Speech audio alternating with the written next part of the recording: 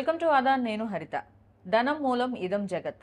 మనిషి నీరు లేకుండా బతకలేడు, అలాగని నీళ్లలోనూ బతకలేడు. మన సనాతన ధర్మంలో ధర్మార్థ కామ మోక్షాల్లో రెండవ స్థానం ధనానికే ఇచ్చారు. మహర్షులు ఋగ్వేదంలో శ్రీ సూక్తం రచించిన, కలియుగంలో ఆదిశంకరాచార్యులు కనకదార స్తోత్రం రచించిన అంతా ధనం కోసమే. మరి ఆ మహాలక్ష్మిని ఆహ్వానించే సూత్రాలు తెలుసుకోవడానికి ఈరోజు మనతో పాటు గోనుగుంట్ల సురేష్ బాబు గారు ఉన్నారు. ఆయన అడిగి మిగతా సందేహాలు నివృత్తి చేసుకునే ప్రయత్నం చేద్దాం. నమస్కారం గురుగారు. హరిత గారు నమస్కారం అండి. గురుగారు, మనం లోకంలో చాలామందిని చూస్తుంటాం. బయట సొసైటీలో చాలా కష్టపడి నిజాయితీగా ఉంటూ కష్టపడి సంపాదిస్తూ ఉంటారు. రూపాయి రూపాయి పేర్చుకుంటూ ఉంటారు. నిజాయితీగా ఉంటారు. ఎక్కడా ఒక అబద్ధం చెప్పరు. ఎవరిని పల్లెత్తి మాట అనరు. అలాంటి వాళ్ళ దగ్గరికి ధనం అంతంత మాత్రంగా ఉంటుంది. వాళ్ళ నిత్యావసరాలు తీరడం కూడా చాలా కష్టంగా ఉంటుంది. అలాగే ఒకరిని దోచేసుకుంటారు, అబద్ధాలు చెప్తూ ఉంటారు. ఎప్పుడు ఈజీగా దోచేసుకునే లాజిక్స్ ఆలోచిస్తూ ఉంటారు. ఎప్పుడు వేరే వాడిని నాశనం చేద్దామన్న ఆలోచనలో ఉన్న వాళ్ళకేమో ధనం విపరీతంగా వచ్చి పడిపోతుంటుంది. ఆ మహాలక్ష్మీదేవి కృప ఇలా ఉండడానికి కారణం ఏంటి? ఆ దుర్మార్గుల పట్ల అలా ఉండడానికి కారణం ఏంటి? అసలు దీనికి రీజన్ ఏమై ఉంటుందంటారు గురుగారు? సో హరిత గారు మీరు హరిత గారు మీరు ప్లానెడ్గా అడిగారు, అన్ప్లానెడ్గా అడిగారు తర్వాత, కానీ ఇది సహజంగా అందరికి వచ్చే ప్రాబ్లం అండి. మా కళ్ళ ముందు ఎలా ఎదిపోయాడండి, వాళ్ళ బ్యాక్గ్రౌండ్ చూస్తే అంత గొప్పగా ఉండదండి, సహజంగా అనుకుంటూ ఉంటారు అనమాట. మనం చూస్తూ ఉంటాం కూడా కళ్ళ. అవును, మనతో పాటు కలిసి తిరిగిన వాళ్ళే, కానీ కార్లో తిరుగుతుంటారు, బంగ్లాల్లో తిరుగుతుంటారు, మనకు అర్థం కాదు. అవునండి. సో బాగా చిన్నప్పటి నుంచి బుద్ధిగా చదువుకొని చక్కగా క్లాస్ ఫస్ట్ గోల్డ్ మెడల్ అయ్యి వాళ్ళు ఒక చిన్న జాబ్ చేసుకుని అలా ఉంటారు. ఈ సరిగా స్కూల్కి వెళ్ళకుండా, పెద్దవాళ్ళు చెప్పిన వినకుండా రకరకాల దుర్వ్యసనాలు పెట్టుకునే వాళ్ళు బిజినెస్లు చేసే గొప్ప గొప్ప వాళ్ళు అయిపోతూ కోట్లు సంపాదిస్తుంటారు. ఇది మన కళ్ళ ముందు చూస్తూ ఉన్నామండి.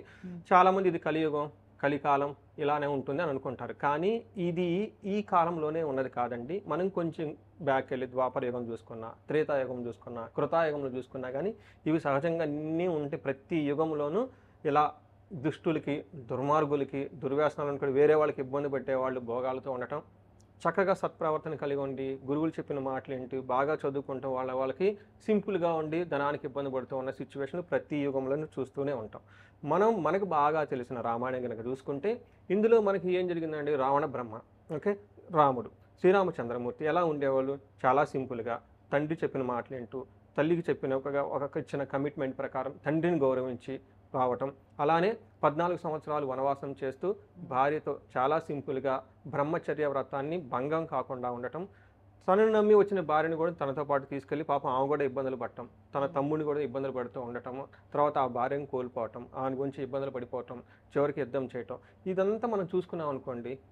ఒక రకంగా చాలా సింపుల్గా నారబట్టలు కట్టుకొని చెప్పులు లేకుండా బ్రహ్మచర్య పాటిస్తూ మనకు సింపుల్ లైఫ్ అనేది చాలా కష్టతరమైన జీవితాన్ని బరాయిస్తూ ఒక మహారాజా అయ్యి కూడా 14 సంవత్సరాలు ఇలా కష్టాలు పడ్డం అంటే మామూలు విషయం చేస్తూ మనకి మనకి రాముడు అలా ఉంటారు అనమాట. అటు పక్కన రావణాసుడు కనుక చూసుకుంటే అతనికి ఇంద్ర భవనాలు ఉంటాయి, బంగార భవనాలు ఉంటాయి, ప్రతి దాన్ని శాసిస్తూ ఉంటాడు. అష్టదిగ్బాలకుల్ని ఎప్పుడు వర్షం కావాలంటే అప్పుడు వర్షం కురవమంటాడు, ఎప్పుడు కావాలంటే ఎప్పుడు ఎండలు కావాలంటే అప్పుడు కావాలని కోరుకుంటాడు.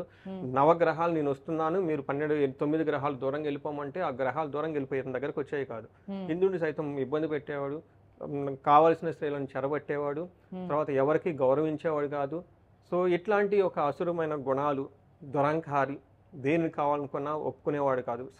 సన్యాసుల్ని, సాధువుల్ని ఇబ్బంది పెట్టేసేవాడు, కొట్టేసేవాడు, దేవతల మీద వెళ్ళేసి చేయనిచ్చేవాడు. ఇంత నటోరియస్ బ్యాక్గ్రౌండ్ ఉన్న రావణాసుడు అంటాడు. అతనేమో అలా ఇంద్ర భవనాల్లో ఉండటం, చక్కగా నవరత్నాలతోటి, సంపదలతోటి, అన్నిటితోనూ వైభవవంతంగా ఉంటూ ఉంటాడు అనమాట. ఇలా 2 క్యారెక్టర్లు మనం చూస్తుంటే ఇది ఎక్కడుందంటే మనం కనుక చూసుకుంటే రామాయణంలోనే మనం చూసామన్నమాట. అది ఎప్పుడు మనకి తర్వాత ద్వాపర యుగంలో చూసుకున్నాం అనుకోండి, పాండవులు, దుర్యోధనులు. మన పాండవులు ఎలా ఉంటారండి? వీళ్ళకి శ్రీకృష్ణ భగవానుడే సాక్షాత్తు వాళ్ళకి గౌరవిస్తూ అండగా ఉంటూ ఆయన ఇచ్చిన డైరెక్షన్లోను, ఆయన ఇచ్చిన గైడెన్స్లోను, ఆయన ఇచ్చిన ఒక ఇన్స్ట్రక్షన్స్తోని వీళ్ళు ముదులుతూ ఉంటారు. ఎంతో భక్తిగా ఉంటారు, చెప్పిన మాట వింటుంటారు, తల్లి చెప్పిన మాటలు వింటూ ఉంటారు. గురువుల దగ్గర, ద్రోణాచార్యుల దగ్గర చక్కగా విద్యాభ్యాసం చేస్తారు.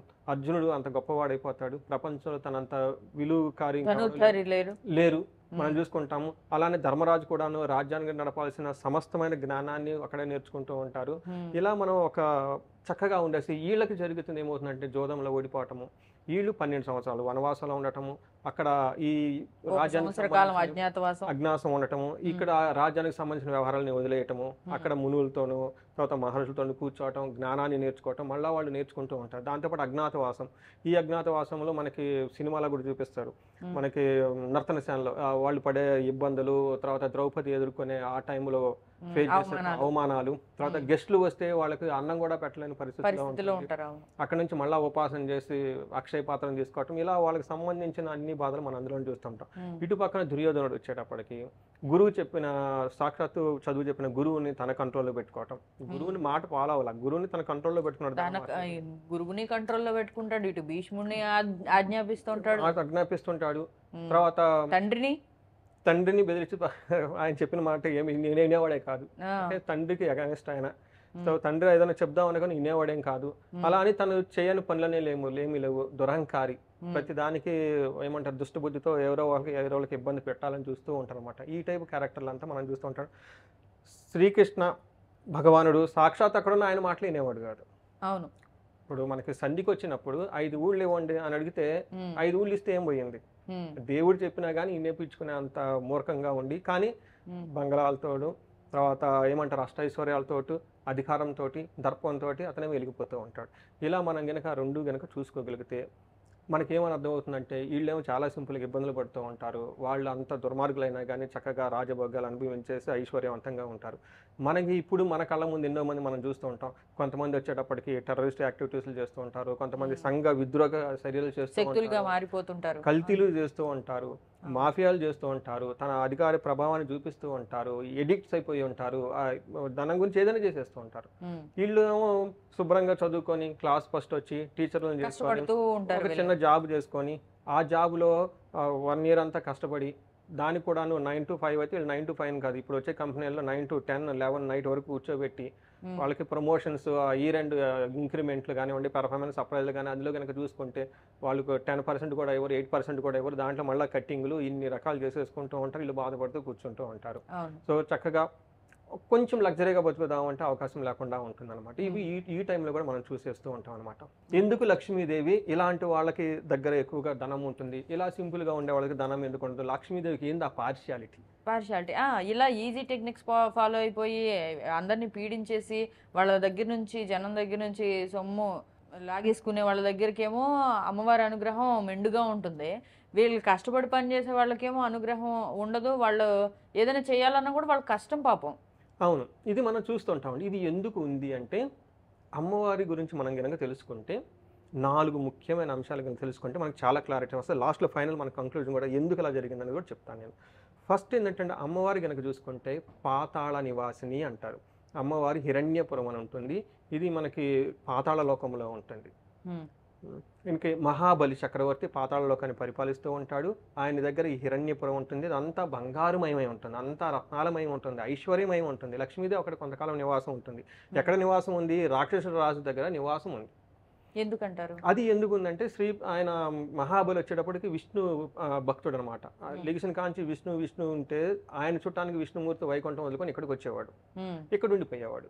సో అక్కడ లక్ష్మీదేవి ఒంటరిగా ఉండేది. అందుకని చెప్పేసి నా భర్త నాకు కావాలని చెప్పేసి ఇక్కడికి వచ్చేసి కొంతకాలం అక్కడ ఉండేసి ఒక బ్రాహ్మణ స్త్రీగా ఉండేసి ఆ తర్వాత చెప్తుంది నేను మహాలక్ష్మిని, మా ఆయన వచ్చి ఇక్కడే ఉంటున్నారు, అందుకని మరి ఆయన అలా ఒప్పుకోడు కదా, అందుకని రాఖీ కట్టి, సో రాఖీ కట్టినందుకు ఇస్తాడు, నీకేం కావాలి కోరుకుంటే నా భర్తను నాకు అంటుంది, అలా తన భర్తను తీసుకుని వెళ్ళిపోతుంది. అక్కడ కొంతకాలం ఉండి వాళ్ళ దగ్గర ఆ రాఖీ కట్టడం చూస్తే అందుకని మహాబలి దగ్గర ఉండటం వల్ల హిరణ్యపురంలో ఉండడం వల్ల అమ్మవారిని ఏమంటారంటే మనకి పాతాళ నివాసిని అంటారు. అంటే అక్కడ పాతాళ లోకంలో అమ్మవారి రాక్షసుల మధ్య ఉంది మనకు స్తుతిస్తూ ఉంటాం. అది ఒక రీజన్. ఇంకొక రీజన్ ఏమంటే లక్ష్మీదేవికి సంబంధించిన కుటుంబం అంతా రాక్షసులకు సంబంధాలే ఉంటాయి. ఒకటి తన సొంత తమ్ముడైన గనక శుక్రాచార్యుని గనక చూసుకుంటే ఆయన రాక్షసుల గురువు, ప్రతి రాక్షసి తమ్ముడు చెప్పినట్లు వినాలి కదా, తమ్ముడు అంటే మన అక్కకి తమ్ముడికి రిలేషన్షిప్ ఉంటుంది కదా, ఆయన ఇచ్చేది వాళ్ళ తమ్ముడి కన్స్ట్రక్షన్స్, ఆ ప్రాజెక్ట్ హెడ్ అంతా వాళ్ళ తమ్ముడే కదండి, మరి మా బ్రదర్ చేస్తున్నాడు కాబట్టి నాకు ఆ కనెక్షన్ ఉంటుంది, మంచోడు చెడ్డోడు కానీ చేసేది నా బ్రదర్ కదా, అందుకని చెప్పేసి వాళ్ళకి ఫేవరబుల్గా ఉంటుంది. ఇంకొకటి మనం చూడొచ్చు, మనకి దీపావళి పండుగ చాలా చక్కగా చేస్తాం, నరక చతుర్దశి అని చేస్తాం. అక్కడ నరకాసుని చంపేది ఎవరు? లక్ష్మీదేవి సత్యభామ ఆమె లక్ష్మీదేవి స్వరూపము తన కొడుకుని చంపుతుంది. అగైన్ ఆయన ఎవరో రాక్షసుడే. అంటే లక్ష్మీదేవి తమ్ముడు కానివ్వండి, తన నివాసం ఉన్నది కానివ్వండి, తన కొడుకు కానీ వీళ్ళంతా అసురులకు సంబంధించి ఉండటం వల్ల ఆమెకి వీళ్ళు అసురులు సురలు అని చేసి జ్ఞానం అంటే ఆ అసురులు అని సురలు అనే ఒక ఇదేం ఉండదు, ఆ పార్షాలిటీ ఏమి ఉండదు. తనకు నచ్చిన వాళ్ళ తన దగ్గరకు వచ్చిన వాళ్ళకి అమ్మలాగా కరుణించి అన్నీ ఇచ్చేస్తుంది. సో ఇప్పుడు మనం చూసాం అనుకోండి, లక్ష్మీదేవి ఓన్లీ అసురులకు మాత్రమే ఫేవర్ చేస్తుందా, వాళ్ళకి మాత్రమే వాళ్ళతోనే ఉంటుందా అంటే వాళ్ళకి మాత్రమే ఫేవర్ గా కాదు, వాళ్ళకి ఎక్కువ అనుగ్రహం ఇస్తున్నట్టుగా అనిపిస్తుంది. అవును, కరెక్ట్ మీరు చెప్పింది. దానికి మనం చూద్దాం. ఇక్కడ మనం ఏం చేశారంటే అండి, సముద్ర మదనంలో, క్షీరసాగర మదనంలో సముద్రంలోంచి అమ్మవారు ఉద్భవించినప్పుడు ఫస్ట్ ఆమె వెళ్ళి కూర్చునేది శ్రీ మహావిష్ణువుని. శ్రీ మహావిష్ణువుని పెళ్లి చేసేసుకుంటుంది. ఎక్కడ ఉంటుంది? ఆయన హృదయంలో ఉంటుంది. రెండోది, మనకి పాల సముద్రంలో ఆదిశేషం మీద విష్ణువు పడుకొని ఉన్నప్పుడు ఆయన కాళ్ళు ఒత్తుతూ అక్కడే సేవ చేస్తూ ఉంటుంది. ఇక్కడ మనకి ఏం చెప్తారంటే, ఎప్పుడైతే ధర్మాన్ని మన ఆటంకం జరిగిందో విష్ణుమూర్తి వెళ్ళి రక్షిస్తాడు ధర్మాన్ని. మనకి భగవద్గీతలో ఏం చెప్తారంటే, యదా యదా హి ధర్మస్య గ్లానిర్భవతి భారత సృజామ్యహం. ఎప్పుడైతే ధర్మానికి హాని జరుగుతుందో భగవంతుడు తను ఉద్భవిస్తాడు ఆ ధర్మాన్ని కాపాడటానికి. అందుకని చెప్పేసి ఎక్కడైతే ఎవరైతే ధర్మబద్ధంగా ఉంటారో, ఎవరైతే న్యాయబద్ధంగా ఉంటారో, ఎవరైతే లేడీస్ని, ఆడవాళ్ళ స్త్రీలను గౌరవిస్తూ ఉంటారో వాళ్ళ దగ్గర అమ్మవారు ఉంటుంది. అక్కడ ఏమైనా కనుక హాని చేస్తే అలాంటి వాళ్ళకి ఈ హాని నుంచి వాళ్ళకి ధనం ఇవ్వటమే కాకుండా అమ్మవారు వాళ్ళని రక్షిస్తుంది. సో ఇప్పుడు ఈ సమరే కనుక మనం చూసుకుంటే ఫైనల్గా వినేది ఎవరంటే, ఫైనల్గా గెలిచేది ఎవరంటే ఎవరు ఎవరు ఈ దాంట్లో ఎప్పుడు లక్ష్మీదేవి తనంతట తాను మనస్ఫూర్తిగా కోరుకుని విష్ణుమూర్తి దగ్గరికే చేరుతుంది కాబట్టి ఈ అసురులు అంతా కూడా వాళ్ళ చుట్టాలే, ఎక్స్టెన్షన్ ఫ్యామిలీ అయినప్పటికీ కూడా మనం చుట్టాలింట్లో ఎన్ని రోజులు ఉంటాం? మహా అయితే ఒక రోజు ఉంటాం, 2 రోజులు ఉంటాం. సో ఎక్కువగా వాళ్ళ ట్రావెల్ అవ్వకుండా ఫైనల్గా ఉండేది, చేరేది విష్ణుమూర్తి దగ్గరికే. ధర్మాన్ని ఎవరైతే నిలబెడతారో వాళ్ళ దగ్గరికే. అంటే లక్ష్మీదేవి తన ఇంట్రెస్ట్ ఉంటుంది. సో నేను మనిషికి చాలా రెస్పాన్సిబిలిటీస్ ఉంటాయి. నాకు పర్సనల్ ఇంట్రెస్ట్ ఉంటుంది కదా, లక్ష్మీదేవికి పర్సనల్ ఇంట్రెస్ట్ ఏమంటే ధర్మాన్ని కాపాడేవాళ్ళు. పర్సనల్ ఇంట్రెస్ట్ అంటే న్యాయబద్ధంగా ఉండేవాళ్ళు. ఆమెకు పర్సనల్ ఇంట్రెస్ట్ ఏమంటే ఆడవాళ్ళని గౌరవించేవాళ్ళు. ఈ 3 కనుక ఎక్కడ ఉంటో తను అక్కడ ఆనందంగా ఉంటుంది, వాళ్ళకి ధనం ఇస్తుంది. అంతేకాకుండా వాళ్ళకి ఏమైనా కనుక హాని జరిగినా కానీ అమ్మవారే కాపాడుతూ ఉంటుంది. అక్కడే స్థిరంగా ఉండాలి, అక్కడ కూడా స్థిరంగా ఉంటుంది. ఈ పాయింట్ ని గుర్తుపెట్టుకోవాలి ప్రేక్షకులంతా కూడా. అవునండి, ఎక్కడైతే అమ్మవారు తనంతట తాను కోరుకుని రావాలే తప్ప మనం బలవంతంగా రమ్మనకూడదు కదా. అవును, ఇంకా మనకి చాలా పనులు చేయాలి. సో ఇవన్నీ మనం తెలుసుకోవాలి. First awareness is the key to success అని. సో మనము జ్ఞానం ఎప్పుడైతే మనం తెలుసుకుంటామో అజ్ఞానం విడేస్తామో, ఇది కూడా ఒక మాట. జ్ఞానం కూడా లక్ష్మీదేవికి స్వరూపం అని చెప్తారనమాట. మనకి విద్యాలక్ష్మి అంటారు. విద్య అంటే ఏంటి? ఈ టెక్నిక్స్ తెలుసుకోవాలి. ఇదంతా ఉందా? మనకి అష్టలక్ష్మిలో ఒక లక్ష్మి విద్యాలక్ష్మి అనమాట. సో చూసారు కదండి, మహాలక్ష్మికి సంబంధించిన ఇటువంటి రహస్యాలను తెలుసుకోవడానికి 25 టైమ్లెస్ మనీ ప్రిన్సిపల్స్ అని గురుగారు వర్క్షాప్ కండక్ట్ చేస్తున్నారు. ఇలాంటి మరిన్ని సీక్రెట్స్ తెలుసుకోవాలనుకుంటే ఇప్పుడే ఎన్రోల్ అవ్వండి.